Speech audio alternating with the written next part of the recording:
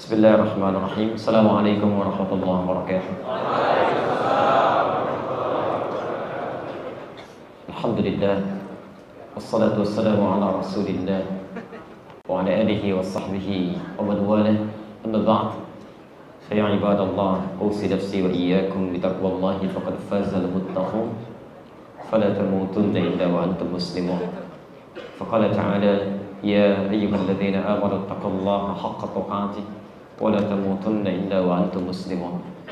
Saudara-saudariku, alhamdulillah sampai malam ini 12 Dzulqa'dah 1438 Hijrah kita masih diberi kekuatan oleh Allah untuk mau meringankan langkah hingga ke rumah Allah ini. Saya sungguh sekali lagi ingin bermohon kepada Allah, semoga semua niat baik kita, kerja keras Anda di hari ini diberikan balasan surga terbaik oleh Allah Subhanahu wa taala. Alhamdulillah tadi telah bergabung bersama kita sebagai penyemangat, inspirasi, dan ini bagian saya untuk menepati janji agar kiranya Allah meringankan hisab saya di akhirat. Saya tidak ingin punya janji yang tidak saya usahakan untuk saya tepati. Jadi saya ingin tegaskan bahwa lunas janji saya untuk menghadirkan inspirasi dari duta besar dan sebagian dari ulama untuk antum semua. Semoga dengan itu ada faidah-faidah yang kita dapatkan insyaAllah. Yang kedua, kita mesti bersyukur bahwa ini mungkin juga jadi pelecut inspirasi semangat untuk tokoh-tokoh kita, bahwa ada di antara diplomat yang selain ahli diplomasi juga hafal Quran. Maka kenapa kita tidak memilikinya yang demikian? Bukankah dulu juga kita punya yang seperti itu? Kayak Haji Agus Salim, 14 bahasa, ahli Quran, ahli tafsir, ahli hadis dan semisalnya. Maka saya bermohon pada Allah, semoga siapapun yang memfasilitasi kemudahan pada acara malam ini, terkhusus juga teman-teman tadi di kepolisian, teman-teman panitia, itu Masya Allah kerja kerasnya, mengawal dan sebagainya, sehingga kegiatan malam ini berjalan dengan lancar. Baik, mari kita teduhkan hati kita, karena inti pelajaran kita akan kita mulai dalam kesempatan ini. Bahasan malam ini adalah kajian spesial tentang tuntunan Idul Adha dalam Al-Quran dan Sunnah Rasulullah Sallallahu Alaihi Wasallam. Seperti biasa, saya akan coba turunkan dulu beberapa rumusan dalam Al-Quran dan Sunnah terkait materi kita. Setelah itu baru kemudian kita uraikan sedapat waktu memungkinkan untuk kita bahas.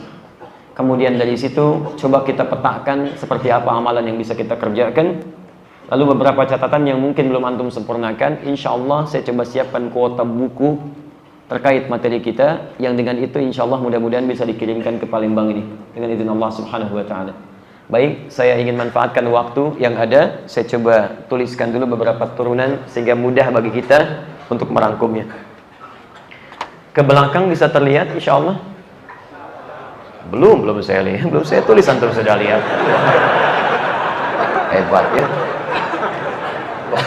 Yang di depan saja nggak kelihatan, yang belakang bisa kelihatan. Itu luar biasa. Sejak kedatangan dua dubes, mata jadi lain ya. Baik. Antara ngantuk dengan tidak fokus ya. Baik. Satu, bismillah. Jelas Pak? Satu, kita ambil Al-Quran dulu sebagai adab. Quran surah kedua Al-Baqarah ayat 196 sampai dengan 203. Saya garis bawahi ini, kemudian saya berikan kurung ayat 197-nya, posisi paling kanan sebelah atas. Kemudian kaitan dengan hikmah tadi yang disampaikan, Quran surah ke-37 As-Saffat ayat 99 sampai dengan 109. Turunan dari yang ini kalau diturunkan, Quran surah ke-9 ayat 36. Tafsiran lebih jauhnya Quran surah ke-10 ayat ke-5. Kemudian masuk kepada inti bahasannya, turunkan lagi Quran surah ke-29 ayat ke-69. Kemudian tawaran ini disampaikan di Quran surah ke-4 ayat ke-100. Dapat karunia di Quran surah kedua ayat 222. Hasilnya di Quran surah ketiga ayat 31. Wujud ini bisa didapatkan kemudian di hadis riwayat Al-Bukhari nomor hadis 518. Rawinya sahabat Ibnu Abbas radhiyallahu taala anhuma. Turunan dari hadis ini prakteknya bisa ditemukan. Satu, kita ambil Quran surah kedua Al-Baqarah dari ayat 2 sampai dengan ayat kelima. Aplikasi dari ini kita bisa turunkan. Misal ambil satu contoh dulu, Quran surah kedua ayat ke-43. Turunan ini ditemukan di Quran surah ke-17. Maaf saya agak cepat, ayat 78. Kemudian Quran surah ke-11 ayat 114. Waktunya di Quran surah kedua ayat 238. Kemudian turunan di sunnahnya bisa ditemukan di Quran surah ke-17 ayat 79 sampai dengan 81. Amalannya di Quran surah ke-73 ayat 1 sampai dengan ayat 20-nya. Kemudian ini semua bisa menghasilkan kedekatan kepada Allah di Quran surah ke-20 ayat ke-14. Teknis pelaksanaannya sesuai dengan sunnah Nabi ada di hadis riwayat Al-Bukhari nomor hadis 744. Riwayat yang sama ditemukan di hadis riwayat Muslim nomor hadis 397. Rawinya adalah sahabat Abu Hurairah radhiyallahu taala anhu. Kisahnya Khalad Az-Zuraiki. Kitabnya kita ambil di kitab Subulus Salam karya Imam As-San'ani di jilid yang kedua halaman 31, paling kanan paragraf yang kedua. Kemudian turunkan lagi sebagai tambahannya di hadis riwayat Al-Bukhari nomor hadis 2008 sampai 2010 dari Sayyidah Aisyah radhiyallahu taala anha. Teknisnya hadis riwayat Muslim nomor hadis 749 dari Ibnu Umar radhiyallahu taala anhu. Tambahannya di hadis riwayat At-Tirmidzi nomor hadis 414 dari Ummu Habibah radhiyallahu taala anha. Ini amalan pertama. Amalan keduanya kita turunkan. Kita ambil satu Quran surah ke-4 ayat 34. Aplikasi wajibnya ada di Quran surah ke-9 ayat ke-103. Diberikan pada golongan di Quran surah ke-9 ayat ke-60. Sunnahnya ditemukan di Quran surah kedua ayat 215 paling kanan sebelah bawah. Pahalanya di Quran surah kedua ayat 261 sampai dengan 263. Larangannya ada di Quran surah kedua ayat 264 plus 267. Ini amalan yang kedua. Amalan yang ketiga terkait dengan ini, ambil di Quran surah ke-15 ayat ke-9. Kemudian prinsipnya ada di Quran surah ke-96 ayat 1 sampai dengan ayat 5. Hafalannya ada di Quran surah ke-54 ayat 17, ayat 22, ayat 32, ayat ke-40. Hadisnya ditemukan di hadis riwayat nomor hadis 2910, 2915 dan 2920. Untuk sementara ini dulu. Selain cukup papan tulisnya juga segini ya. Baik, ini kurang lebih materi kita malam ini. Mudah-mudahan cukup sampai subuh. Ya. Baik, bagi yang ingin ada di sini ya, saya 9:30 pulang. Baik, mudah-mudahan bisa terlihat. Kalau Anda ingin foto atau dokumentasikan dulu silakan. Tapi nanti jangan khawatir kalau misalnya ada sebagian yang tak tertuliskan, insya Allah di buku nanti sebagian besar bisa didapatkan. Kecuali dalil-dalil spesifik yang saya bahas. Kita mulai bagian pertama. Teman-teman sekalian, kenapa malam ini jadi pertemuan yang penting untuk membahas tentang Idul Adha? Saya ingin memulai dulu dari keterangan Al-Quran. Kita mulai dari Quran surah ke-2 Al-Baqarah ayat 197, posisi paling kanan sebelah atas. Perhatikan kalimatnya. Al-Hajju ashhurum ma'lumat. Haji itu disiapkan beberapa bulan sebelumnya yang telah diketahui waktunya. Jadi puncak haji itu ditunaikan di 9 Dzulhijjah, mulai dengan wukuf. Tapi persiapannya itu dimulai beberapa bulan sebelumnya yang telah diketahui. Kenapa ada kalimat yang telah diketahui? Karena sejak zaman jahiliyah sampai lahirnya Nabi, sampai diutusnya Rasulullah SAW menjadi penerang umat, seluruhnya sudah mengetahui bahwa puncak haji itu akan disiapkan oleh mereka untuk menujunya.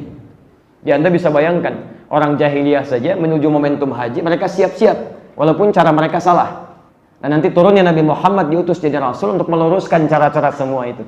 Tapi persoalan penting bagi kita adalah, ada apa sih di haji itu? Sampai-sampai kemudian itu mesti disiapkan beberapa waktu sebelumnya, saking pentingnya.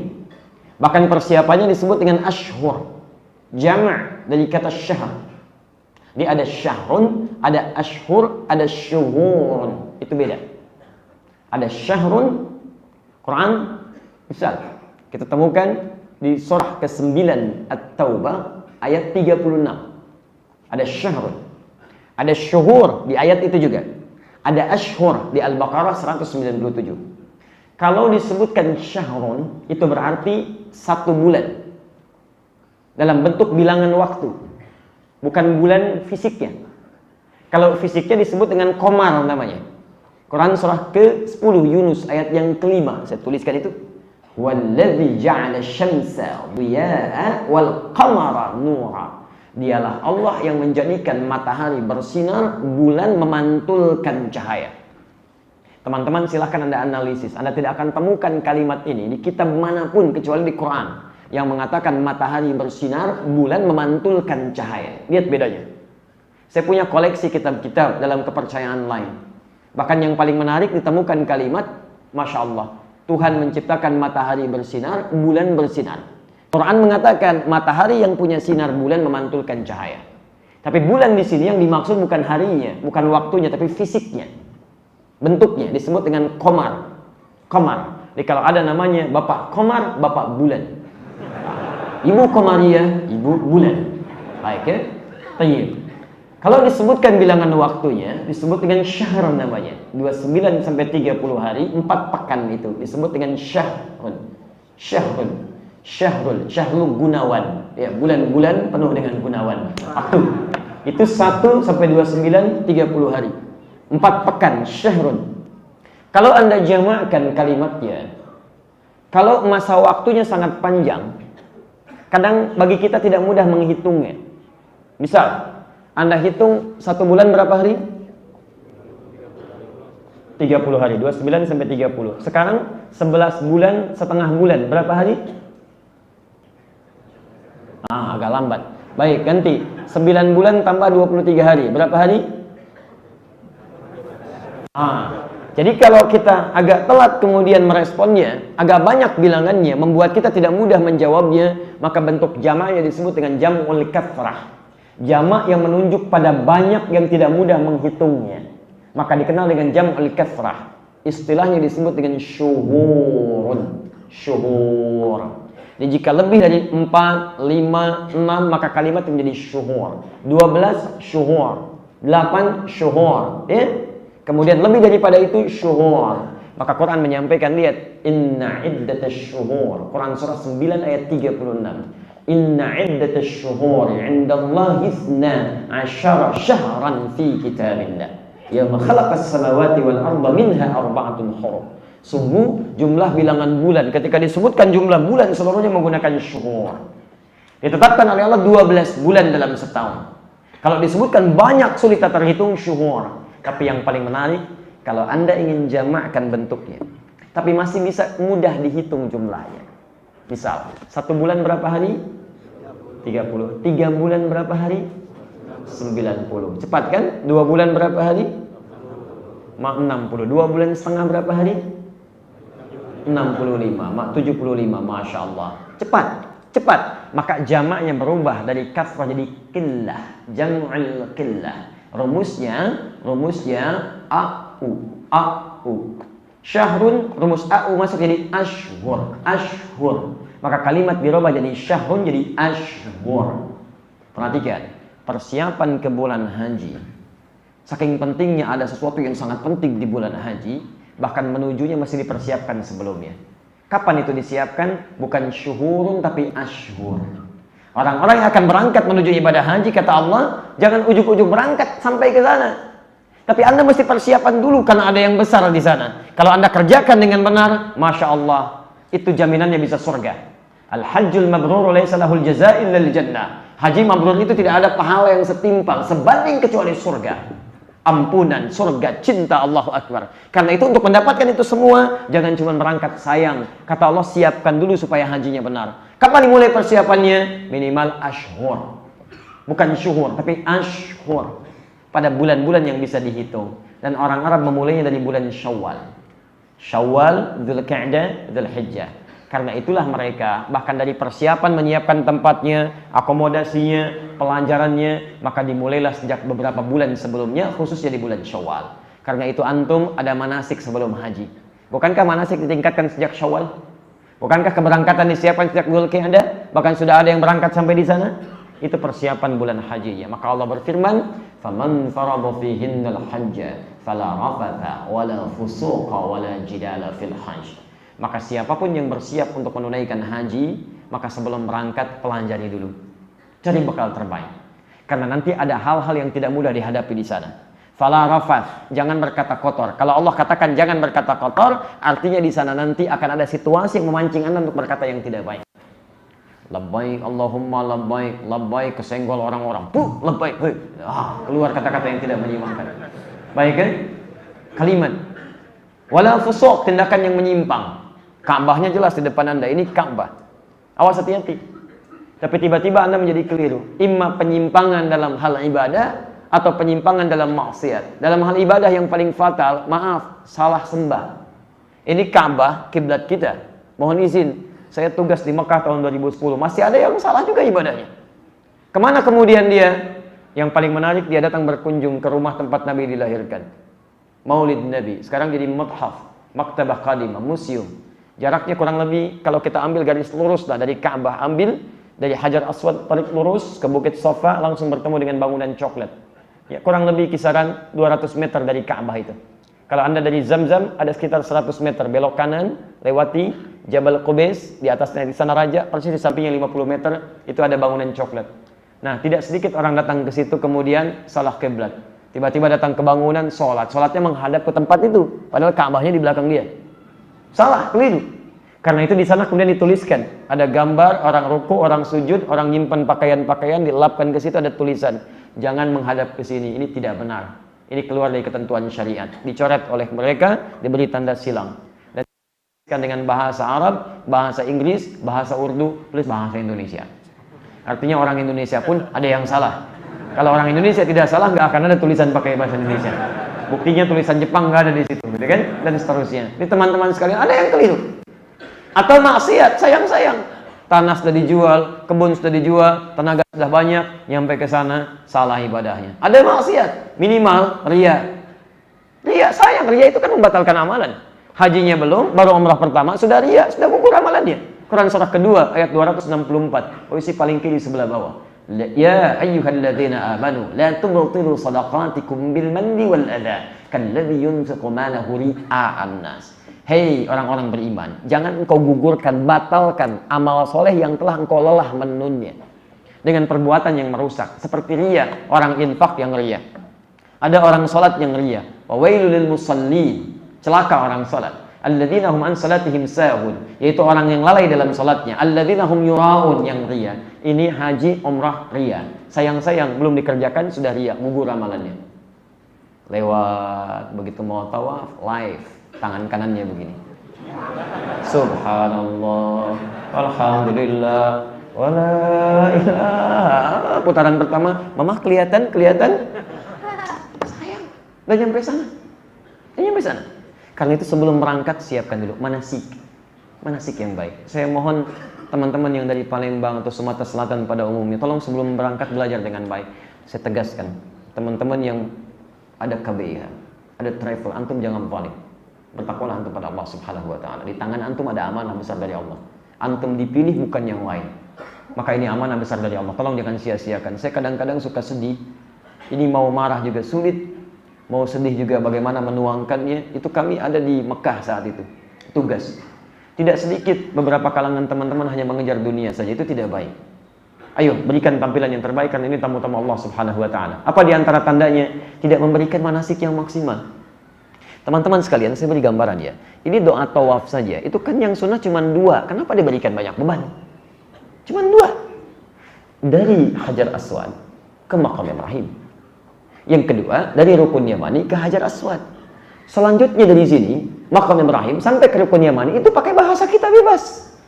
Karena ada kisahnya. Nanti kita lihat, ada kaitan dengan Idul Adha. Di akhir nanti kita bahas. Yang paling menarik begini, perhatikan. Dari Hajar Aswad ke Maqam Ibrahim. Bahkan saking mudahnya, Allah tanamkan kemudahan di benak kita untuk menghafal doanya. Subhanallah, alhamdulillah, wala ilaha illallah, wallah. Jangankan yang akan haji, yang belum haji pun sudah hafal doanya, saking dimudahkan. Kemudian yang kedua, dari rukun Yamani sampai dengan Hajar Aswad, Allahu Akbar. Jangankan yang haji, orang dewasa, anak kecil pun hafal, bukan cuma di luar kepala, di dalam kepala. Bahkan antum punya istilah sendiri yang orang Arab pun tidak mengenalnya. Silahkan cek, dari rukun Yamani sampai dengan Hajar Aswad. Rabbana atina fid dunya wa fil akhirati wa qina. Doa apa namanya? Tuh, antum punya istilah, orang Arab aja nggak tahu.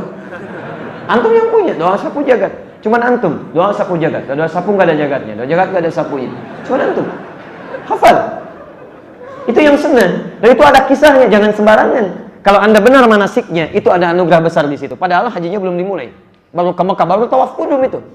Baru umrah. Tapi kalau anda benar, Allahu Akbar, anugerah besar. Anda tahu rahasianya? Kenapa dimulai dengan kalimat subhanallah, alhamdulillah, wala ilaha illallah, Allahu Akbar? Itu rahasia besarnya. Ada di Quran surah 19 Maryam. Dari ayat ke-49 sampai ayat ke-50-nya.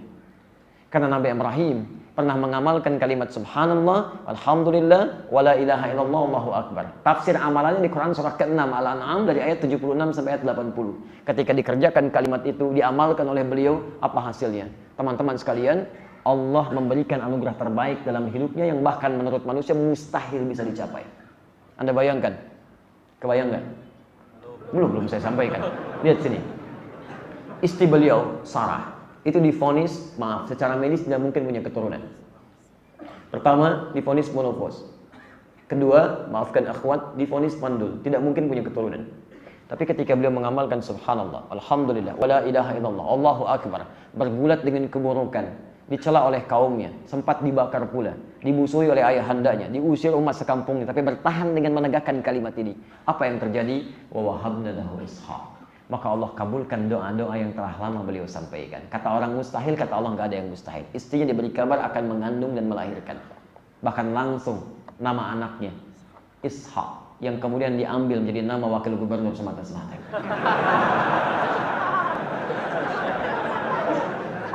Masih ada? Siapa beliau? Anak Nabi. Tapi antum mesti garis bawahi. Kapan bisa terjadi? Ini kan mustahil. Sarah sudah sepuh, menopause, diponis secara medis, secara klinis, ya mandul, tidak mungkin punya keturunan, diamalkan kalimat-kalimat itu, kata Allah wahabna lahu ishaq. Sampai kaget Sarahnya itu. Lihat kagetnya dari Quran surah 51, dari ayat 24 sampai ayat ke-30-nya. Masya Allah. Hal ataka hadithu dhaif Ibrahim al-mukramin idh dakhalu alaihi faqalu salam qala salam qaumun munkarun. فرغ إلى أهله فجاء بعجل سمين فقربه إليهم قال ألا تأكلون فأوجس منهم خيفة قالوا لا تخف وبشروه بغلام عليم. Lihat, فأقبلت امرأته في صرة فصكت وجهها وقالت عجوز عقيم. Ketika mendengar akan punya anak, mengandung, kata beliau sambil menepuk pipinya, apa yang seperti ini masih mungkin punya keturunan juga? Kata malaikat, qalu kadzalika qala rabbuk. Seperti inilah ketetapan Allah. Kalau sudah ditetapkan, innahu huwal hakimul alim. Allah yang maha bijak menetapkan, kebijakannya maha mengetahui kapan itu mesti diberikan. Dan antum harus tahu kapan ketetapan Allah diberikan. Jika anda punya masalah yang mustahil kata manusia, gak ada obatnya, gak ada solusinya, maka amalkanlah amalan-amalan orang dulu yang ketika diamalkan yang mustahil semuanya digugurkan oleh Allah Subhanahu wa taala. Apa di antara amalannya? Amalan Nabi Ibrahim. Karena itulah saat orang tawaf datang ke rumah Allah menyampaikan kalimat-kalimat tadi. Kenapa berhenti di maqam Ibrahim? Supaya diminta sebelum membaca yang tadi, pelajari dulu kisah Nabi Ibrahim alaihissalam. Hadirkan esensinya, tanamkan kalimatnya, hadirkan maknanya, bacakan itu dengan amalannya. Ketika anda bacakan itu semua dengan kalimat seperti Nabi Ibrahim mengerjakannya di maqam Ibrahim, maka dibukalah bagi anda permintaan sepanjang itu tuh. Baca dari maqam Ibrahim sampai rukun Yamani itu bebas. Makanya anda boleh minta apa saja, nggak usah pakai bahasa Arab. Tidak harus. Boleh pakai bahasa anda, silahkan. Itu dibuka keluangannya. Karena saat itulah yang terbaik Allah minta anda. Di anda diberikan peluang. Ini, anda sudah mengamalkan. Praktekkan seperti Nabi Ibrahim. Nabi Ibrahim diberikan yang mustahil, didapatkan. Nah, anda mau minta apa? Kadang-kadang suka kasihan gitu kan. Karena tidak paham, akhirnya melilit buku, kemudian di lehernya. Tidak salah memang. Tapi kadang-kadang pemahamannya keliru. Takut kalau nggak baca ini, batal tawafnya. Takut tidak sah. Padahal Allah berikan kesempatan mau minta apa saja berpeluang dikabulkan. Silakan. Panjang. Tapi di rukun Yamani, semua permintaan itu diseleksi lagi oleh Allah Subhanahu wa taala. Karena kadang-kadang tipikal manusia banyak minta keinginan. kadang-kadang tidak jadi kebutuhan. Sedangkan Allah hanya mengabulkan apa yang dibutuhkan, bukan apa yang diinginkan. Maka dipilih oleh Allah untuk yang baik dunianya dan akhiratnya. Perhatikan ciri khas manusia. Yang belum punya sepeda minta apa? Sudah punya sepeda minta apa? Sudah punya motor minta apa? Sudah punya mobil minta apa? Mau disimpan di mana? Dikasih sepeda belum dipakai ke masjid, sudah minta motor. Minta motor belum dipakai untuk ta'lim, sudah minta mobil. Minta mobil belum dipakai untuk yang maslahat, belum minta yang lainnya. Antum butuh apa lagi supaya antum dekat dengan Allah? Orang nggak punya sepeda, nggak punya motor, nggak punya mobil, dengan kakinya ke masjid. Jarak rumah ke masjid 1 kilo. Antum 5 meter ke masjid, sepeda punya, motor punya, mobil punya, pengen pesawat lagi, belum bisa menjadikan Anda ke masjid, Anda butuh kendaraan apa lagi? Dan yang jadi masalah kadang-kadang, mikrofon masjid ke rumah Anda juga begini. Anda belum kepikiran juga, Anda butuh apa lagi? Makanya diseleksi di situ, mana yang baik untuk dunia kita, manfaat untuk akhirat kita. Tapi poinnya, saya ingin tunjukkan satu saja. Betapa yang kecil ini pun kadang-kadang kita tidak pelajari dengan maksimal. Makanya kata Quran, fatazawwad, sebelum berangkat fatazawwad, berbekal dulu. Belajar dulu. Sehingga sampai sana kita bisa maksimal. Saya punya pengalaman menarik walaupun tidak harus ditiru gitu ya. Ada seorang pemuda, dia benar, tapi caranya tidak harus diikuti. Begitu dia sudah mulai tawaf, dapat kesempatan dekat multazam, dia bermohon, ya Allah, saya datang ke sini ya Allah, belum punya jodoh. Maka mohon ya Allah, kabulkan, anugerahkan jodoh terbaik untuk mendampingi saya dalam kehidupan. Sampai saya datang ke sini ya Allah. Tiba-tiba di sampingnya datang seorang perempuan, tinggi, kulitnya putih, hidungnya mancung. Langsung dikasih contoh, kayak gini ya Allah. Kayak gini ya Allah, katanya. Masya Allah. Tapi dia benar dengan permintaannya, sekalipun caranya tidak harus sama. Anda tahu apa yang terjadi? Sepulang dari situ dia menikah. Menikah, walaupun bukan dengan yang tadi. Tapi poinnya dia menikah. Dia benar, walaupun caranya tidak harus sama. Karena dia menyampaikan hajatnya. Kadang antum bacakan dengan bacaan yang antum pun nggak paham apa yang dibaca. Antum saja nggak paham bagaimana Allah bisa mengabulkan sesuai dengan hajat Anda. Ada lagi yang menarik, tiba-tiba bawa catatan dia. Dia punya hutang. Datang di depan multazam, dia katakan, ya Allah, saya banyak hutang ya Allah, terlilit banyak hutang piutang, kesini pun saya ngutang ya Allah, banyak catatan saya, kalau tidak percaya, ini ya Allah. Terlihat seperti lucu, mengagumkan, tapi dia benar memohon apa yang dia butuhkan. Demi Allah saya katakan, teman kami menyampaikan pulang dari situ lunas hutangnya. Antum apa yang antum minta? Dan haji itu kan tidak tiap waktu. Siapa yang haji tiap bulan? Hanya orang yang kurang sehat. Setahun sekali. Setahun sekali.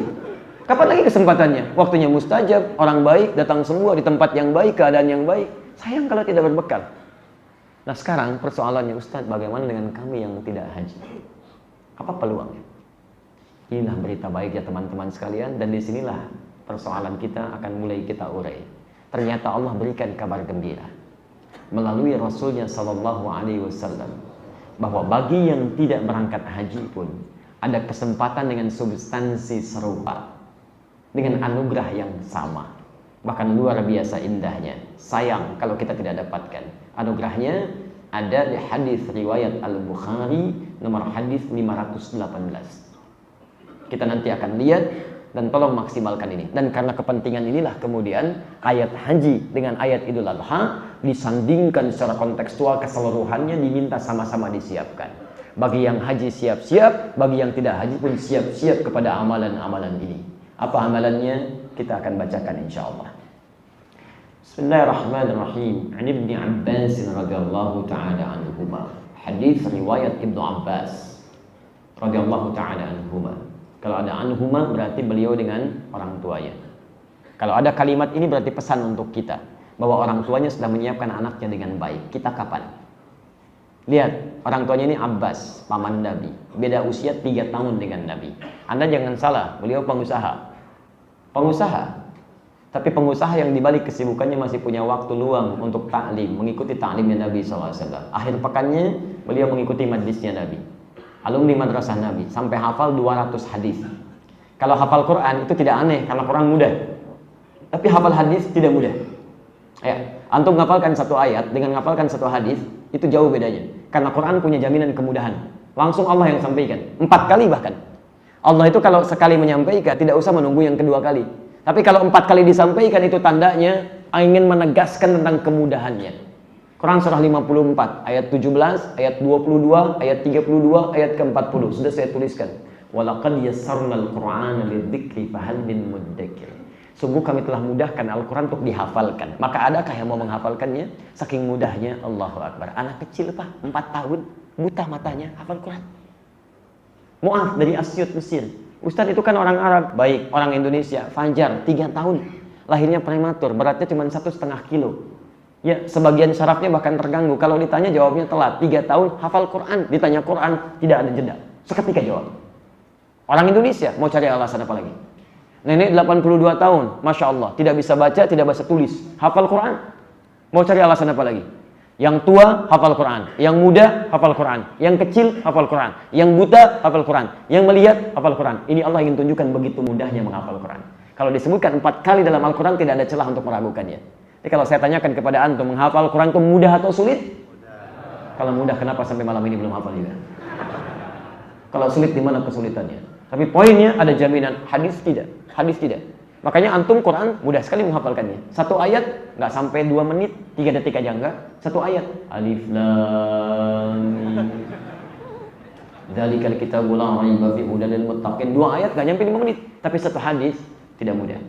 Ini Abbas, paman Nabi, keluarga Nabi, sahabat Nabi. Di dunia bersama Nabi, di akhirat bersama Nabi, ahli surga. Sibuk pengusaha. Hartanya banyak, kaya, belum tentu antum bisa menandinginya. Di balik kesibukannya masih ikut ta'lim dengan Nabi, hafal 200 hadis.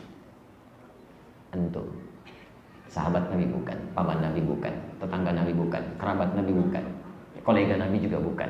Ahli surga belum jelas sampai malam ini. Hisab juga masih menegangkan. Ya, antum pengusaha tidak sekaya Abbas. Baik ya? Tapi coba di balik kesibukan, sesibuk apa sih? Sampai setiap waktunya belum sempat hanya untuk sekedar memperbaiki ketentuan dalam agamanya. Antum mau dibawa kemana? Mau sampai kapan? Apa dikira harta antum akan mengabadikan antum kehidupan di dunia? Ayo. Wailul likulli humazatil lumazah alladzi jama'a malahu wa addada yahsabu anna malahu akhlada. Ada orang yang sibuk mengumpulkan harta, dia kira abadi dengan hartanya. Begitu maut datang, selesai. Fa asaddaqa minas salihin. Minta sama Allah. Quran 3 ayat 9 sampai 11. Ya Allah, kasih kesempatan pengen balik lagi ya Allah. Mumpung masih ada. Ayo. Dan ternyata bukan cuma untuk dirinya, anaknya disiapkan. Anaknya. Jadi bapaknya nggak ikut dari ta'lim Nabi karena ada hal tertentu, anaknya disimpan di majlis Nabi. Sangat dini. Jadi begitu ayahandanya kemudian sibuk, anaknya hadir di majlis Nabi. Nabi meninggal dunia SAW, usia anak ini baru 13 tahun. 13 mau masuk 14 tahun. Bapaknya hafal 200 hadis, anaknya hafal 2000 hadis. Karena itulah sebagai penghargaan dari para ulama, sebagai amalan dari ayat Al-Quran surah ke-52 ayat 21, juga hadis Nabi SAW 9 lafaz di hadis Muslim, bahwa idza matal insan inqata'a sayru amalihi illa min thalath. Di antaranya waladin salihin yad'u lahu, ilmin yuntafa'u bihi wa shadaqatin jariyah. Allahu akbar. Kenapa disebutkan radhiyallahu taala anhuma untuk memberikan pesan kepada kita bahwa setiap hadis ini dibacakan bukan hanya untuk anaknya pahalanya, bapaknya ikutan. Tapi dalam ilmu hadis, kalimat ini pun memberikan lecutan kepada kita. Seakan-akan mengatakan, ini saya, sahabat Nabi, sudah menyiapkan anak saya untuk lebih baik daripada saya. Anda kapan? Jadi kalau Anda mendapatkan redaksi radhiyallahu ta'ala anhuma, itu adalah lecutan kepada diri kita. Kita ada di mana? Bagaimana sampai saat ini menyiapkan anak-anak kita? Baik, apa hadisnya kita bacakan? Qala Rasulullah sallallahu alaihi wasallam, satu kali Rasulullah sallallahu alaihi wasallam pernah bersabda, "Ma min ayyamin." Tidak akan pernah didapat di bilangan hari. Al-amalus salihu fiha ahabbu ila Allah.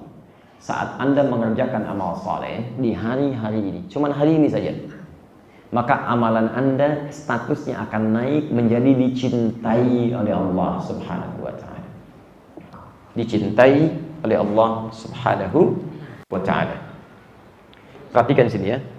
Jangan Pak, jangan dipindah supaya setiap yang saya sebutkan ayatnya saya hapuskan. Paham ya? Di ini saya hapuskan supaya nanti tersisa yang lain untuk saya tunjukkan. Jazakumullah khair. Baik, bismillah. Ya, saya tahu bisa digeser. Jangankan ininya pun bisa digeser ya. Tapi yang saya mau maksudkan, yang saya tuliskan, saya cantumkan di sini supaya saya bisa menunjuk pada yang lainnya. Bismillah. Baik. Perhatikan ya, perhatikan. Yang tidak bisa bergeser sendiri cuma penghapusnya, jadi saya hapus sendiri. Perhatikan sini, teman-teman sekalian. Pertama, ada bilangan hari yang jika Anda beramal soleh, kunci pertama, amal soleh. Ingat, amal soleh, bukan amal salah. Status amal soleh ini, kalau nanti kita turunkan, misal, saya berikan contoh cepat, sholat Anda, amal soleh, baca Quran Anda, amal soleh, zakat Anda, amal soleh, infak Anda, amal soleh. Status amal ini, kalau dikerjakan di bilangan hari-hari ini saja, akan naik statusnya menjadi amal soleh yang dicintai Allah Subhanahu wa ta'ala. Dicintai Allah, status pertama. Anda barusan sholat isya, tapi apakah sholat Anda dicintai Allah? Belum tentu. Anda baca Al-Quran, apakah bacaan Anda dicintai Allah? Belum tentu. Tapi kalau Anda kerjakan di waktu-waktu ini, seketika naik statusnya dicintai Allah Subhanahu wa ta'ala. Nah sekarang, apa bilangan hari itu? Ada berapa jumlahnya? Kemudian yang kedua, kalau naik statusnya jadi dicintai Allah, apa konsekuensinya? Apa yang didapatkan sebagai pembeda antara amal yang dicintai Allah dengan yang belum dicintai Allah? Apa perbedaannya? Baik, turunkan min hadhil ayyamil ashri, yaitu 10 hari pertama di bulan Dzulhijjah. 10 hari pertama awal Dzulhijjah. Waktunya untuk kita semua. Terkhusus bagi yang tidak berangkat haji. Perhatikan, ada 10 hari pertama. 10 hari awal Dzulhijjah.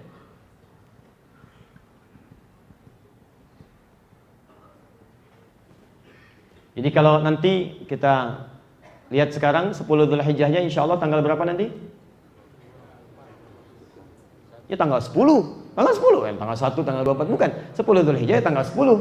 Halo? Tanggal 10 kan? Baik, maka Anda turunkan 10, 9, 8, 7, 6 terus sampai ke tanggal 1. Nanti konversikan ke waktu Indonesia atau waktu yang Masehi misalnya. Sekarang 10 Dzulhijjahnya diprediksi diduga 1 September. Anda tinggal turunkan. Kurangi. Maka perhatikan betul, ketika masuk Anda ke tanggal 10 hari pertama di awal bulan Dzulhijjah, perhatikan betul ya, amal soleh yang kita kerjakan naik statusnya menjadi ini, dicintai Allah Subhanahu wa ta'ala. Nah, kalau Allah sudah cintai amalan ini, maka perhatikan.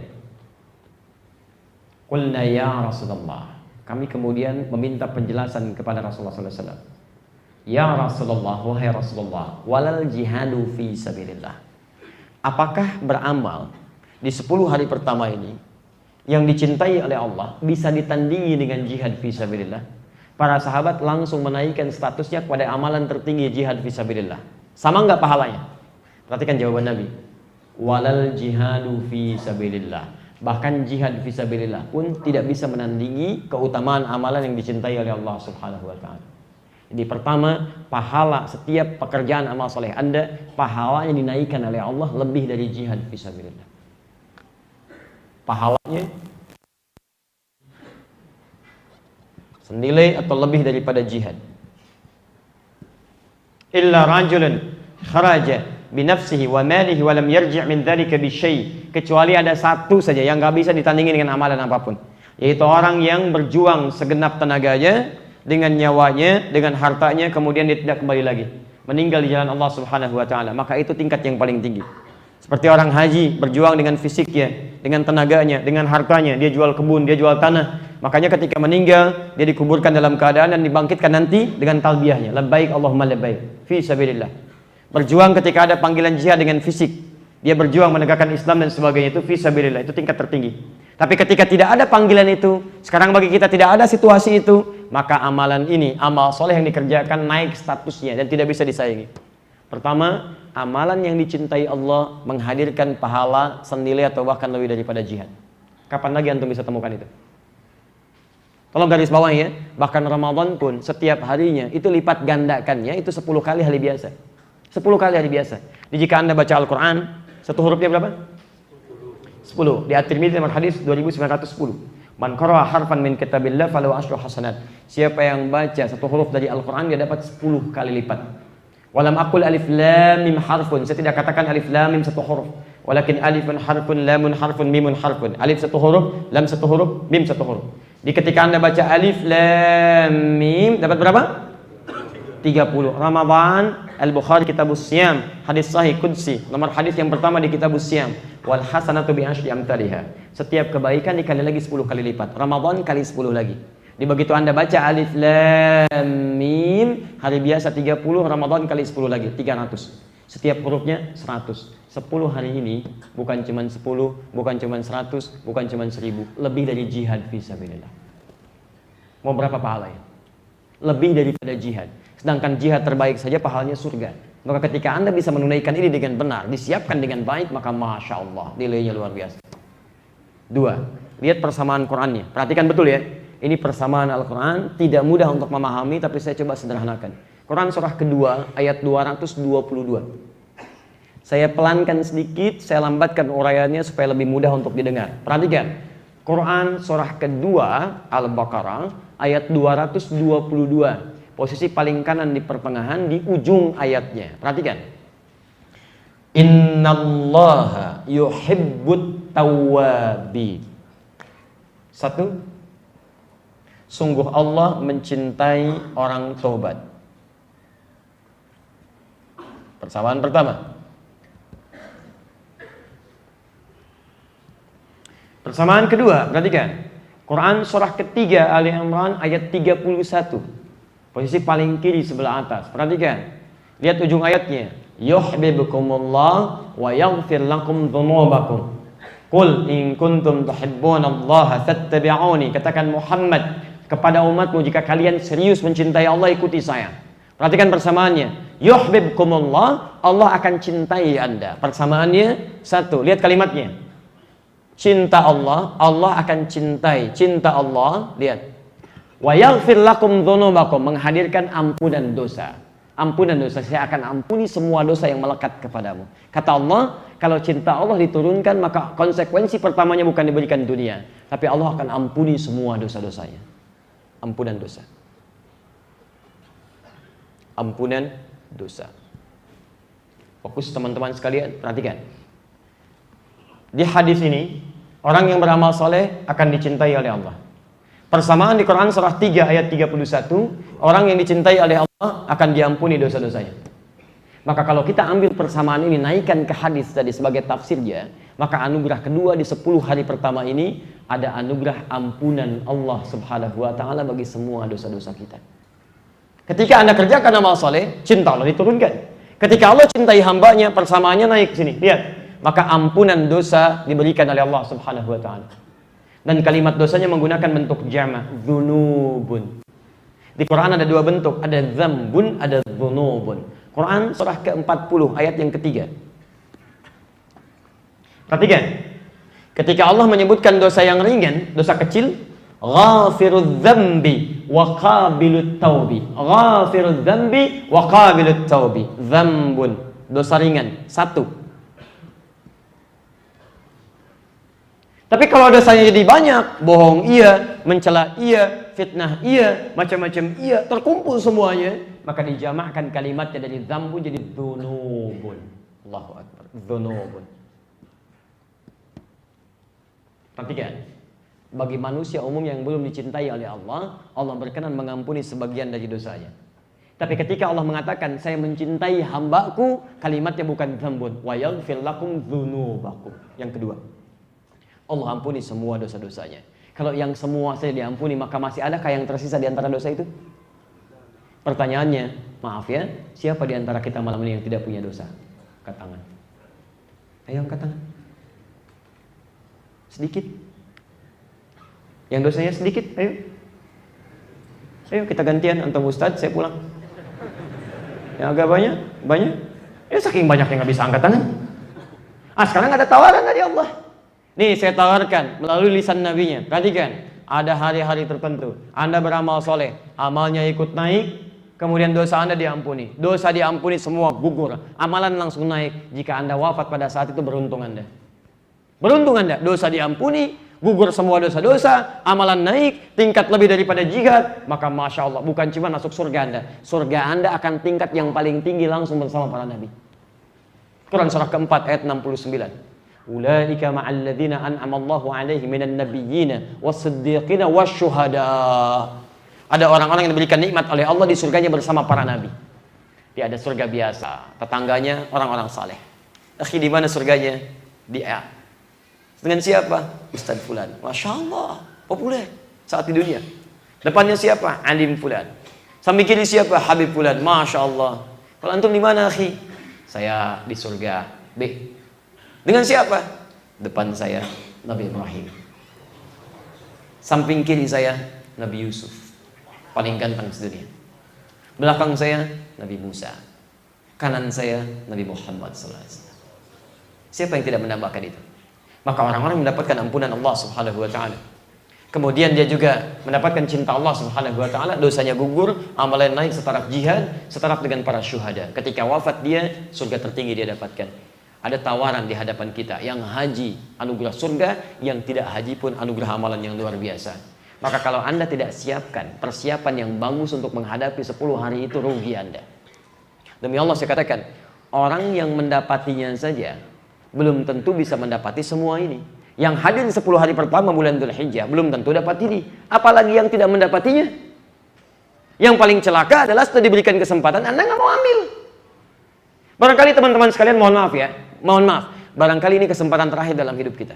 Kemarin puluhan kali diberikan. Anda lihat yang usianya puluhan tahun. Sudah berapa puluh kali Allah berikan? 10 kali, 20 kali, 30 kali. Sudahkah mendapatkan ampunan dari ini semua? Kalau belum didapatkan, barangkali ini kesempatan terbaik kita untuk bisa meraihnya. Kalau sampai dengan yang sekarang belum juga antum maksimalkan, antum mau tunggu berapa tahun lagi? Jadi kalau Anda gagal menyiapkan yang sekarang, Anda harus tunggu sampai tahun depan. Itu pun kalau hidup sampai tahun yang akan datang. Karena itulah penting bagi kita belajar di malam ini untuk mempersiapkan bagaimana menyiapkan 10 hari pertama di bulan Dzulhijjah ini. Jelas seperti ini? Baik. Sudah setengah 10 ini. Boleh nambah sedikit? Bismillah. Antum sabar ya. Yang mau sampai subuh tenang aja ya. Saya sedikit saja sedikit ya. Awas hati-hati ya. Yang saya sampaikan, insya Allah setiap kalimatnya itu akan lebih penting ya. Saking pentingnya sulit untuk dihapus tuh. Ya. Baik, pelan-pelan. Baik. Teman-teman, yuk kita mulai bahasan kita. Saya mau cek dulu ya. Kalau antum sudah merasa baik, kira-kira mendapat ampunan, lihat kriteria Qurannya. Baik, kalau dosa itu konotasinya salah atau benar? Baik atau buruk? Baik, sekarang perhatikan, ada persamaan yang sangat indah. Di Quran itu selalu dijadikan berlawanan antara sifat-sifat baik terkumpul menjadi takwa dengan sifat-sifat buruk terkumpul jadi fujur atau nafsu. Takwa disebutkan 115 kali dalam Al-Quran, nafsu disebutkan 115 kali dalam Al-Quran. Sama persis. Nah, jadi kalau ada baiknya di takwa, buruknya di nafsu.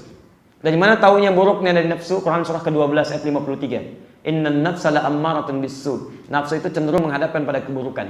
Tahu dari mana lawannya takwa? Di Quran surah ke-90 ayat 7 sampai dengan ayat 10-nya. Nama lain dari nafsu adalah fujur. Wa nafsi wa ma sawwaha fa alhamaha fujuraha wa taqwaha. Lihat sini.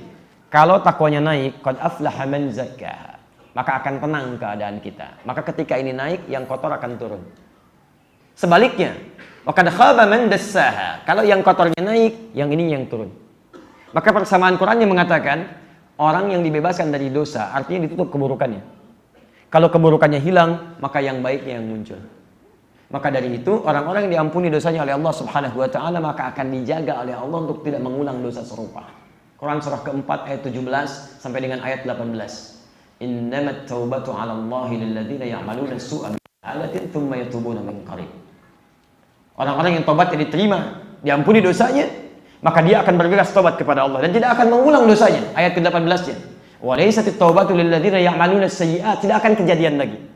Apa konklusinya? Perhatikan. Orang yang diampuni dosanya sudah jadi orang baik maka akan dijaga oleh Allah Subhanahu wa taala dari ujung kepala sampai ujung kaki, tidak akan berbuat yang salah lagi.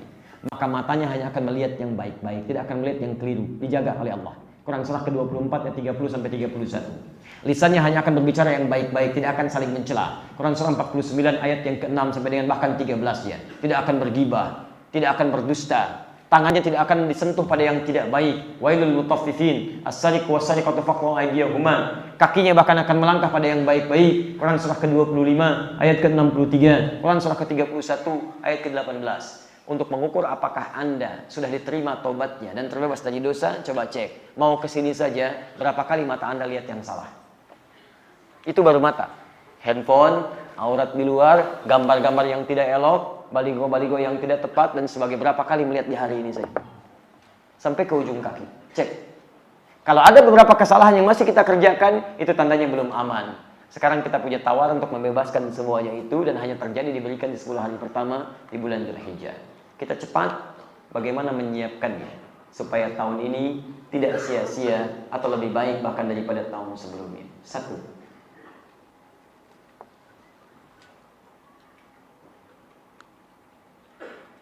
Rumus pertama, perhatikan petunjuk Nabi. Ketika menyebutkan harinya, Nabi sandingkan dengan rumusnya. Ma min ayyamin al-amalu salih.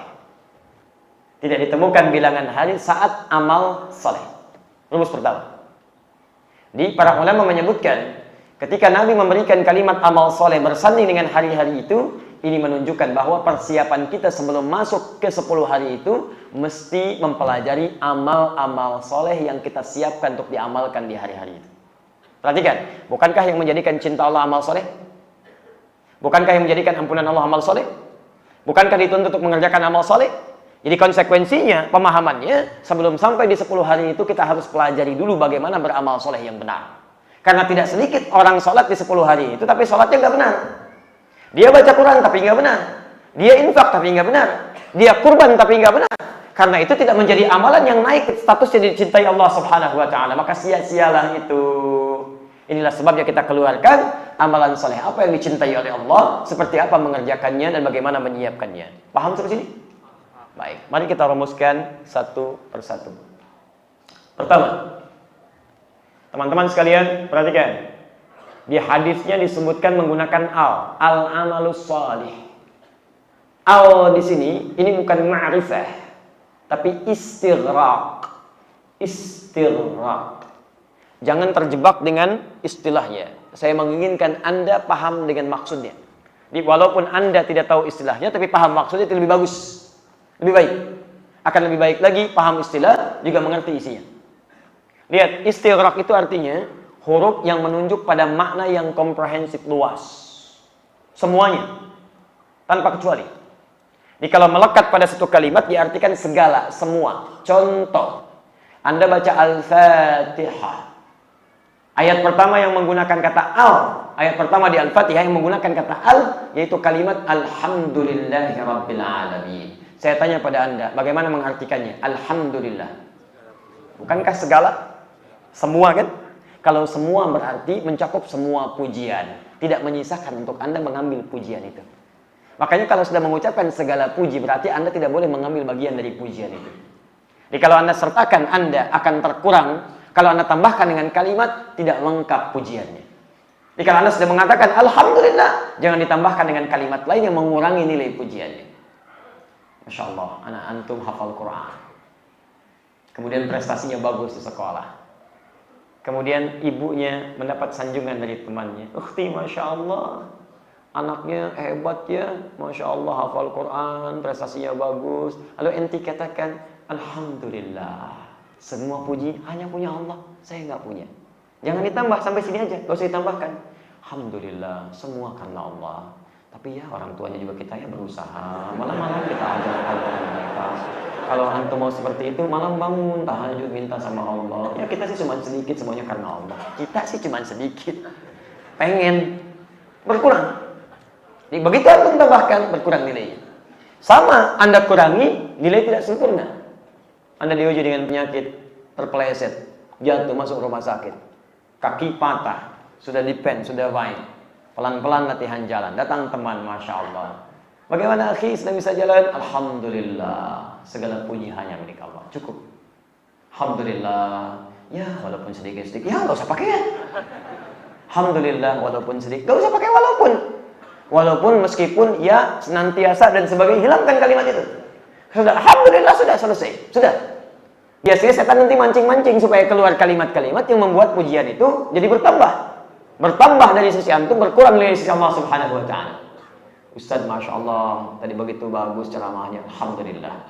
Bagaimana rahasianya Ustaz? Itu pelan-pelan. Kalau sudah Alhamdulillah, maka awas, Anda harus mencari kalimat yang tidak mengurangi nilai-nilai di hadapan Allah Subhanahu wa ta'ala. Bagaimana rahasianya Ustaz? Tingkatkan takwa kepada Allah. Jadi Ustaz banyak takwanya, sholatnya bagaimana Ustaz? Pancingan lagi. Kan mesti mengelak pelan. Tidak mudah itu. Setan itu jenius, cuman kebelingan. Makanya disebut diabolis dalam bahasa Yunani, diserap dalam bahasa Arab jadi iblis. Diabolis itu dalam bahasa Aramik artinya ya cendekiawan yang kebelingan, yang salah arah. Baik. Alhamdulillah. Teruskan. Al-amalus salih. Nabi menyebutkan menggunakan al. Artinya Anda mesti keluarkan segala jenis amal saleh semuanya. Mumpung belum sampai ke 10 ini, kita keluarkan dari sekarang. 1, 2, 3. Nah, pertanyaannya, siapa yang menetapkan amal saleh ini? Loh?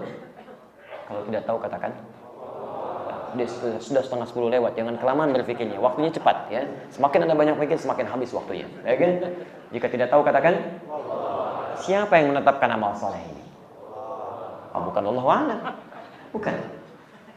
Ada jawabannya. Kan? Allah subhanahu wa ta'ala. Kembalikan. Karena kalimat amal saleh hanya terdapat dalam keterangan Allah subhanahu wa ta'ala. Keterangan Allah didapatkan hanya dalam Al-Quran. Karena itu kalau Anda ingin mendapati kalimat amal saleh, Anda harus kembali kepada Al-Quran. Nah, saya langsung berikan rumus cepat. Kalau Anda ingin menemukan kalimat amal saleh, rumusnya sederhana. Temukan setiap kata iman. Setiap ada kata iman pasti setelahnya amal saleh. Entah itu kalimatnya langsung amal saleh atau bentuk jamaknya amilus shalihat atau langsung jenisnya. Jenis amalannya. Contoh, bentuk kalimat amal salehnya langsung dalam bentuk jamak amilus shalihat. Ayat paling populer yang mudah dihafalkan. Wal 'ashr innal insana lafi illa alladzina amanu. Kalimat iman. Amilus shalihat. Jadi begitu ada kata iman, amal saleh. Apa jenis rinciannya? Tinggal temukan kalimat iman yang lain dengan semua derivasinya. Mau amanu, mau yu'minun, mau mu'minun, mau mu'minin, mau macam-macam. Sepanjang kalimat iman setelahnya pasti amal saleh. Bahkan kalaupun kalimat imannya ada amal saleh tidak disebutkan, pasti amal saleh. Dan kalimat iman pertama itu ada di Al-Baqarah ayat ketiga sampai dengan kelimanya. Lihat kalimatnya.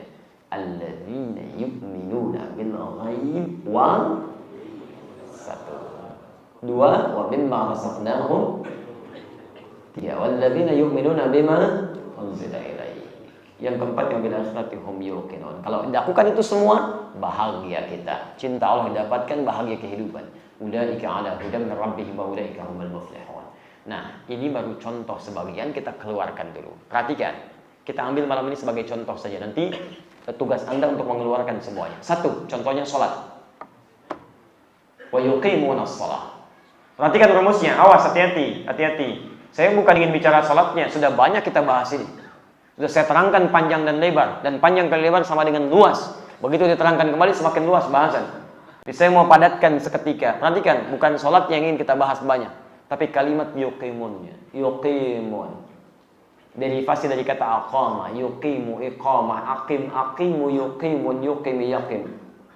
Teman-teman, tidak disebutkan kalimat iqamah, yuqimuna, yuqimun, aqim kecuali menunjuk pada sesuatu yang sempurna. Kata Allah, tunaikan sholat dengan sempurna. Kalau Quran menyebutkan dengan sempurna, berarti ada yang menunaikan tidak sempurna. Paham sampai sini? Maka dari itu tolong teman-teman, jangan disia-siakan. Untuk 10 hari ke depan belajar bagaimana sholat yang sempurna.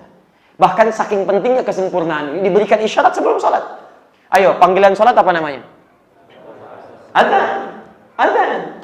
Maka ini disebut dengan adzan. Apa artinya? Bukan panggilan. Kalau tidak tahu katakan. Sudah, jangan ngarang. Adzan bukan panggilan asalnya. Adzan itu telinga asalnya. Untuk jama' dari kata udhun. Udhun jamaknya adzan, telinga. Satu-satunya lafaz yang akan sampai didengar oleh orang masih punya telinga 24 jam. Saya sejak tinggal di Libya, itu kalau Mesir selesai adzan, Libya adzan. Libya selesai adzan, Tunisia adzan. Tunisia selesai adzan, Maroko adzan. Aljazair adzan. Ya, kemudian Spanyol, Prancis, ke Italia geser sini Mediterania. Adzan terus Allahu Akbar. Ternyata 24 jam lafaz adzan tidak pernah berhenti. Terus cek silakan. sekitaran Sumatera Selatan. Ini berhenti adzan, sana adzan. Ini berhenti, sana adzan. Ini berhenti, sana adzan. 24 jam. Selama Anda masih punya pendengaran, punya telinga, maka lafaz ini akan sampai kepada kita semua. Karena itu disebut dengan adzan yang akan diperdengarkan setiap saat, setiap waktu pada orang yang masih punya telinga. Paham sih?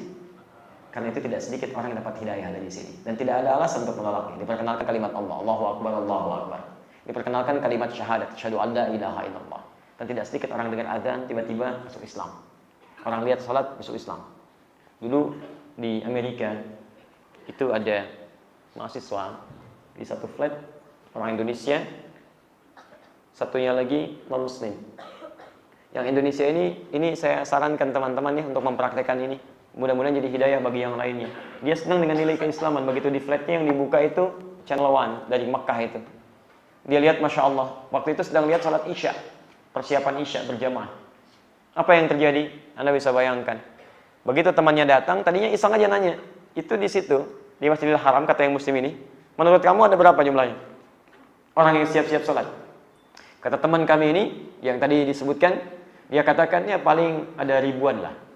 Ratusan ribuan. Kata yang muslim, kurang lebih 500 ribu saat ini. Pertanyaan kedua, perhatikan. Menurut kamu, berapa lama waktu yang dibutuhkan untuk menjadikan mereka itu rapi seketika? Non-muslim tadi membayangkan, 2 pekan katanya, 2 minggu. Dia bayangkan satu-satu dirapikan begini. 2 minggu. Kata yang muslim, saya akan tunjukkan pada Anda, tidak sampai 5 menit mereka semua akan rapi. Kata yang tadi, buktikan. Begitu perhatikan kalimatnya, begitu iqamah dikumandangkan. Allahu Akbar, Allahu Akbar. Tiba-tiba yang tawaf, berhenti semua rapi. Yang non-muslim mulai bengong. Tunggu sebentar, belum selesai. Begitu Syekh Sudais mulai memimpin takbir Allahu Akbar, apa yang terjadi? Semua bergerak dengan bersamaan, rapi seketika, bahkan tidak sampai 5 menit. Maka kata yang muslim tadi, tunjukkan pada saya bagaimana caranya masuk Islam.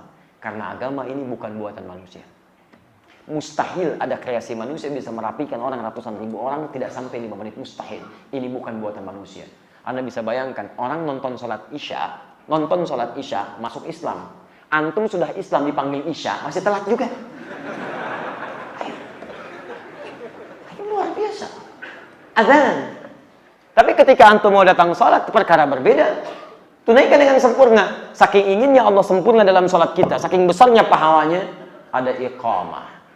Iqamah itu kan turunan katanya yuqimun. Iqamah itu peringatan. Supaya kita sempurna. Aqama yuqimu iqamah. Datang ke Indonesia, cuman orang Indonesia kan senang nyingkat-nyingkat. Dan kadang kalau menyingkat nggak tanggung-tanggung, ujungnya aja diambil. Iqamah singkat, qomat. Qomat. Singkatan dari iqamah. Orang kita kan ngambil ujungnya. Saya di Timur Tengah, kurang lebih alhamdulillah dan beberapa negara kita kemudian hadir di situ. Setiap kami kemudian beraktivitas, bahkan cuman olahraga, main bola aja panggilannya lengkap. Orang Arab panggil Abdurrahman, bola dipanggil Abdurrahman, ya ta'ala nawazzi azzi. Oper. Muhammad ta'ala wazzi azzi. Adi syahadi ta'ala wazzi azzi. Orang kita tidak. Abdurrahman, man. Man. Adi di. Masya Allah. Ke bawah. Iqamah. Qomah. Masya Allah. Antum silakan main ke Arab. Ya, begitu antum mau sholat, komat. Bingung tuh. Masya Allah. Orang kita, komat. Simple, sederhana. Baik, sederhana. Teman-teman, isyaratnya sempurna. Nah, bagaimana cara menyempurnakan sholat itu? Ada 2 di sini. Pertama, lihat kalimatnya, al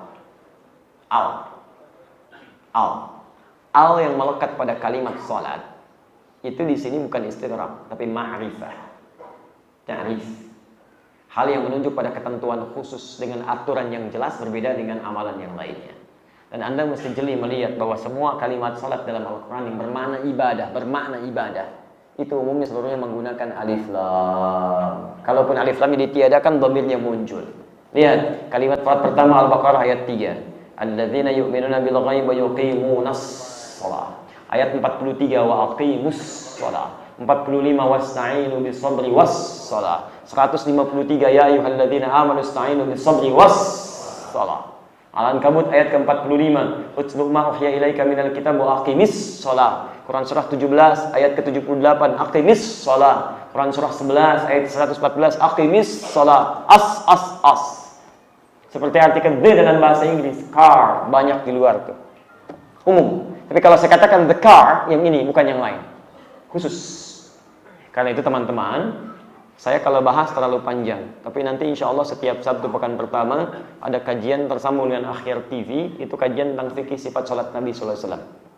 Saya mau kasih informasi saja. Di Al-Bukhari nomor hadis 744, seperti saya tuliskan, didapatkan di hadis Muslim nomor hadis 397, ada seorang sahabat bernama Khalad Az-Zuraiqi dikisahkan. Salat di samping Nabi, di masjid Nabi, dekat Nabi. Tapi salatnya tidak seperti Nabi mengajarkan dengan sempurna. Kata Nabi, irji' salli, fa innaka lam tusalli. Balik lagi, salat lagi karena Anda belum salat. Anda bisa bayangkan, sahabat saja belum belajar dengan sempurna diminta salat lagi. Itu di awal masa Islam. Maka bagaimana dengan kita yang merasa tenang dengan salat? Maka mohon keluarkan kembali pelajaran fikih sifat salat Nabi, pahami. Dan saya titip pesan ya, tolong catat pesan saya ini baik-baik. Kalau Anda ingin belajar tentang ibadah, Anda harus belajar dengan 3 hal. Satu, bacaannya, belajar yang baik. Yang kedua adalah gerakannya, belajar yang baik. Karena diatur, semua gerakan salat, bacaan salat ada ketentuan. Nggak bisa main-main sendiri. Yang ketiga, ini yang jarang dipelajari, hikmahnya atau esensinya. Tolong catat kalimat saya, karena semua dalam sholat itu, baik bacaan atau gerakannya itu ada maknanya, ada hikmahnya. Kalau Anda belajar dengan benar, Masya Allah, sangat dalam sekali. Dari mulai berdiri sampai salam itu ada hikmahnya. Makanya berdiri diatur dengan jelas. Kenapa tegak? Gak boleh miring kanan, miring kiri, kakinya selebar dengan bahunya. Kenapa rukunya harus jajar seluruhnya? Kenapa sujudnya 7 anggota badan yang kemudian menempel? Itu ada maknanya semuanya. Dan sahabat Nabi ketika mempraktekkan itu, Allahu Akbar, dunia dicapai, akhirat diraih. Abdurrahman bin Auf cuma mempraktekkan berdiri dalam sholat, jadi orang paling kaya di Madinah. Dalam 3 bulan, nomor 3, setahun jadi orang paling kaya nomor 1. Mempraktekkan berdiri dalam sholat. Ada maknanya. Antum belajar apa selama ini? Cuma berdiri, tapi setelah 3 tahun belum muncul kebaikan itu. Coba dilihat. Abdurrahman bin Auf itu 1 tahun kapaknya terbuat dari emas. Antum 10 tahun kapak aja belum punya. Apa yang salah gitu kan? Bukan cuma dunianya, tapi coba lihat dampaknya. Kebaikan muncul, lisannya baik, kalamnya baik, pandangannya baik, kakinya baik. Antum tiap hari sholat, ribuan ruku, ribuan sujud. Coba lihat lisannya, pandangannya, kakinya, tangannya dan sebagainya. Inna sholata tanha 'anil fahsya'i wal munkar. Ayatnya hafal, tapi mana terjemahan ayat itu dalam bentuk perilaku kita? Teman-teman sekalian, perhatikan. Alif lam menunjuk pada ma'rifah. Jadi tolong nanti pelajari sebelum sampai ke hari yang 10. Karena malam ini nggak akan cukup kita belajar. Nah, yang kedua, kalimat sholatnya itu berbentuk kalimat jama' ghairil mahdud, tanpa batas. Jadi menunjukkan bukan cuma salat yang fardu, tapi tambah dengan salat-salat sunnahnya. Dimulai dari sekarang, di malam ini, keluarkanlah semua jenis salat yang pernah dituntunkan oleh Nabi SAW. Baik langsung disebutkan dalam Al-Quran, ataupun disebutkan lewat lisan Nabi. Yang sudah jelas, yang 5 waktu. Hati-hati, Quran surah kedua ayat 238. Saya sudah sampaikan di pertemuan yang lalu, kalau Anda masih ingat, cara menunaikan yang 5 waktu ini pun Allah sukai jaga waktunya, tepat waktu. Dimulai hari ini teman-teman keluarkan ya, waktu sholat jam berapa? Umumnya wilayah Sumatera Selatan, Palembang. Ayo, subuh jam berapa? Zuhur jam berapa? Kemudian asar, maghrib, isya. Dan kalimat Qurannya, Quran surah kedua ayat 238. Lihat paling kanan sebelah atas. Kalimatnya menggunakan alif. Hafidhu. Ha, saling, pakai alif. Ayo saling ingatkan. Dimulai hari ini, kalau ada teman kita yang lupa, ingatkan. Lewat apa? Boleh bikin tulisan, boleh tempelkan di dinding, tempelkan di rumah. Paling gampang, bikin status. Ayo tulis. Daripada antum tulis yang enggak, yang enggak ada manfaatnya. Kenapa enggak nulis yang baik-baik, yang enggak ada pahalanya? Hari ini, waktu sholat bagian Palembang. Masya Allah, antum tuliskan. Subuh jam sekian, zuhur jam sekian, asar jam sekian, sampai dengan isyanya. Ada orang melihat status antum ingat sholat, dan dia sholat karena status Anda dapat pahalanya tanpa dikurangi sedikit pun. Hadis riwayat Muslim, hadis 1893. Man dalla ala khairin falahu ajruhu mithla ajri fa'ilih min ghairi an yanqusa min syai'. Siapa yang bisa menunjukkan pada kebaikan, diikuti oleh orang lain yang mengerjakan, Anda dapat pahalanya tanpa dikurangi sedikit pun, dapat pahala. Daripada nulis yang enggak. Mendung sedikit, bikin status. Mendung ya. Macet sedikit, ceklik, Kuto macet. Saya ada di Bekasi, nggak lewat situ. Nggak butuh dengan status Anda, ngapain? Kami butuh hal-hal yang baik-baik. Keluarkan hadisnya, ayatnya, motivasinya. Itu yang mengantarkan kita ke surga. Dunia nggak rugi, pulsa dibalas, dan ada kebaikan-kebaikan di di dalamnya. Dan itu yang menjadi saksi di hadapan Allah Subhanahu wa taala. Begitu dibuka di akhirat, bukankah Anda bangga? Dibuka, faman ya'mal mithqala dzarratin khairan yarah. Yang baik dibuka. Begitu dibuka oleh Allah Subhanahu wa taala, Masya Allah. Status Anda 12 Dzulqa'dah 1438 Hijriah jam 9 pagi waktu Palembang. Waktu sholat, Masya Allah. Subuh sampai Isya. Pahala ternyata itu yang mengantarkan Anda ke surga. Kenapa Anda pilih yang lain? Begitu dibuka, Pasar Kuto macet. Ada apa-apa. Ya'mal mithqala dzarratin khairan yarah. Jadi daripada saya tuh suka bingung saya. Kenapa sih sampai saling celah di media sosial? Celah ini, celah sana. Ada berita di framing, ada yang nggak tampak gambarnya ini, beritanya ini. Antum cari masalah. Kalau cuma mau bersaing untuk melahirkan berita-berita buruk, antum ketinggalan. Sejak zaman jahiliyah sudah ada yang jagoan daripada itu. Sudah ada yang hebat. Bahkan istrinya Abu Lahab, Hammalatul Hatab, dikenal dengan Hammalah Hatab, membawa kayu bakar, tukang komporin orang. Ini kalau Anda pengen ikutan, antum terlambat.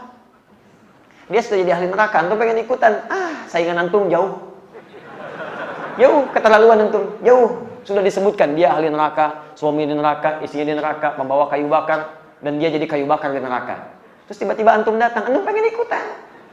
Antum sehat. Pengen diikutin juga, Allahu Akbar. Nggak ada kerjaan antum. Antum punya kedudukan pengen menyimpang. Ada yang tidak duluan daripada antum. Namanya Fir'aun. Fir'aun pasukannya banyak, merasa paling hebat, ngaku Tuhan, hobinya bunuh orang. Antum pengen ikutan. Masya Allah. Ayo nggak usah ngaku Tuhan, ngaku Nabi aja. Besok-besok hilang jabatan antum. Nggak usah lah, nggak usah heboh dengan jabatan. Qulillahumma malikal mulki tu'til mulka man tasya wa tanzi'ul mulka mimman tasya. Kalau itu saya berikan nasihat. Saya tidak akan terlibat dengan teman-teman di politik. Tidak, saya tidak akan terlibat. Saya akan fokus pada bimbingan spiritual, mendekatkan pada Allah Subhanahu wa taala. Dan tugas saya mengingatkan siapapun. Alhamdulillah, wakil gubernur kita datang dan sebagainya. Saya doakan agar beliau lebih taat pada Allah Subhanahu wa taala, menjaga keadilan dan sebagainya. Siapapun, bupatinya macam-macam dan sebagainya. Tapi saya tidak akan terlibat dalam politik praktis dan sebagainya, tidak. Saya akan berjalan pada tugas yang telah ditetapkan oleh Allah saja. Jadi saya sampaikan pada Anda semua bahwa siapapun pegang teguh kedekatan dengan Allah, maka Allah akan angkat derajat Anda. Semuanya akan sederhana. Sekarang di atas, besok di bawah. Besok di bawah, kemudian ada di atas lagi. Harta juga begitu. Anda sekarang kaya, besok bisa fakir. Gak usah bangga. Mumpung masih ada titipan itu, gunakan dengan yang baik. Kalau cuma pengen pamer, Anda ketinggalan. Sudah ada korun. Korun, hartanya lebih banyak daripada Anda. Kunci berangkasnya saja, nggak kuat dipangkul, nggak kuat dipikul oleh bodyguardnya. Anda bodyguard nggak punya. Berangkas cuma satu. Kuncinya juga Anda sembunyikan, korun ditampakkan kemana-mana jalan. Ayo yang mau ngambil silahkan aja. Nih, ini aja nggak angkat kunci berangkas saya, apalagi Anda yang mau ngambil. Anda baru satu disembunyikan, pengen sombong. Masya Allah. Ayo, walaupun terlalu lelah, jangan sampailah demikian berbuat salah. Ya, sehat ya. Kembalikan sini. Jadi amal soleh teman-teman sekalian, banyak turunkan, buat, bikin status yang baik-baik waktu sholat. Kedua, mohon izin, yang sunnahnya kita keluarkan. Saya sudah berikan kan di pertemuan yang lalu. Jadi sholat sunnah ini sudah saya turunkan. Malam tahajud. Ayo, yang belum tahajud latihan dulu. Malam ini supaya nanti 10 malam terakhir, ya di bulan-bulan Dzulqa'dah sudah semakin kuat. 10 malam pertama bulan Dzulhijjah sudah lebih kuat. Ayo mulai latihan malam ini. Dan kalau latihan, tolong jangan berlebihan. Kata Nabi di hadis riwayat Muslim, nomor hadis 749, mulai pelan-pelan dulu. Lihat-lihat Nabi yang paling soleh, yang paling dekat dengan Allah, menasehati Anda. Kata Nabi, sholatul laili matna matna. Kalau belum terbiasa salat malam, mulai dulu dengan 2 rakaat. Jangan banyak-banyak. Oh, Nabi aja minta 2 rakaat, masa Anda mau sampai 11 rakaat langsung? 2 dulu. Fa idza khasyiya ahadakumul fajr falyutir raka'atan wahidah. Kalaupun bangunnya terlambat dekat ke fajar atau Anda nambah 2 akan dekat fajar, tutup dengan 1 rakaat. Jadi, kalau belum terbiasa bangun 2 rakaat supaya agak lebih mudah. Bacanya pun jangan yang panjang-panjang dulu, gak apa-apa. Ya, qul huwallahu dulu, kan? Qul a'udzu birabbin nas. Setelah nikmat, besoknya masa sih mau qul huwallahu lagi, naik lagi, berarti tambah rakaat yang 4, tambah 6, setelah stabil 11, Masya Allah. Begitu sampai awal pertama, Anda sudah stabil. Mulai pelan-pelan. Jangan terlampau semangat dulu. Malam ini saya ingin seperti sunnah Nabi. Masya Allah. Saya sudah lama nggak tahajud, Ustaz. Saya nggak enak sama Nabi. Saya pengen langsung 11 saja. Masya Allah. Wah. Bangunnya jam 2 lagi. Masya Allah. Sholat dia tahajud. Selesai jam 3. Tidur. Bangun jam 6. Sudah subuh kesiangan. Besoknya nggak bangun lagi. Masya Allah. Terus disalahinnya tahajudnya lagi. Masya Allah. Coba pelan-pelan dulu. Pelan-pelan maksimal. Nggak apa-apa. Bangun jam 4 nggak ada masalah, bangun 2 rakaat dulu. Pasang alarm sampai 3 kali kan? 3.15, 3.30, 3.45. Seperti biasa, alarm pertama matikan alarm kedua. Kedua matikan alarm ketiga. Setelah itu siap-siap. Rengkang, tahajud. Teman-teman ya. Terus besoknya keluarkan semua. Salat syuruk. Ya, dimulai dengan qabliyah subuh dulu 2 rakaat. Syuruknya kemudian 2 rakaat. Ya, qabliyah subuh di hadis Muslim hadis 724. Syuruknya di At-Tirmidzi hadis 586. Masuk ke salat duha silakan dari 2 rakaat sampai dengan ujungnya 8 rakaat ada di hadis Muslim sampai nomor hadis 729. Teruskan lagi qabliyah zuhurnya 4 rakaat, ba'diyah zuhurnya 2 rakaat. Itu ada di hadis riwayat At-Tirmidzi hadis 414. Kemudian qabliyah asar ada salat mutlak 4 rakaat dari Ibnu Umar radhiyallahu taala anhuma di Abu Dawud hadis 1257. Rahimallahu mar'an shalla qabla asar arba'an. Allah rahmati seorang yang salat 4 rakaat sebelum asar. Bukan rawatib, namanya mutlak. Kemudian 2 rakaat sebelum maghrib, namanya mutlak juga. Ada di Abu Dawud hadis 1258. Tapi ini tidak terlalu ditekankan. Tidak terlalu ditekankan. Kata Nabi bermakna, lihat, shallu raka'ataini qabla al-maghrib wa la tattakhidhuha sunnatan. Silakan salat 2 rakaat sebelum maghrib tapi jangan dibiasakan. Maksud jangan dibiasakan ini kalimatnya maksudnya ini bukan hal yang sangat ditekankan. Hanya dalam kesempatan tertentu yang kalau masanya masih ada. Jadi kalau maghrib itu waktunya singkat. Singkat, saking singkatnya di banyak tempat tuh jarang kemudian salat sunnah. Langsung begitu selesai adzan iqamah. Kecuali di Mekah, di Masjid Nabi atau sebagian masjid. Karena ada aktivitas yang harus dikondisikan. Makanya kalau antum sedang di Mekah, sekarang teman-teman yang sedang haji, persiapan ada di Mekah. Nah, begitu adzan maghrib, kan ada yang dikondisikan tawaf. Antum sudah baca Quran, sudah zikir, sudah berdoa, doa antara adzan dengan iqamah cepat dikabulkan. Ada masih banyak waktunya daripada berbuat yang tidak penting mendingan salat 2 rakaat. Itu yang dimaksudkan. Jelas ya? Daripada antum kerjakan yang tidak bermanfaat. Depan Ka'bah, sudah baca Quran, sudah zikir dinodai dengan perbuatan yang tidak bermanfaat. Sedang di depan Ka'bah, menunggu maghrib.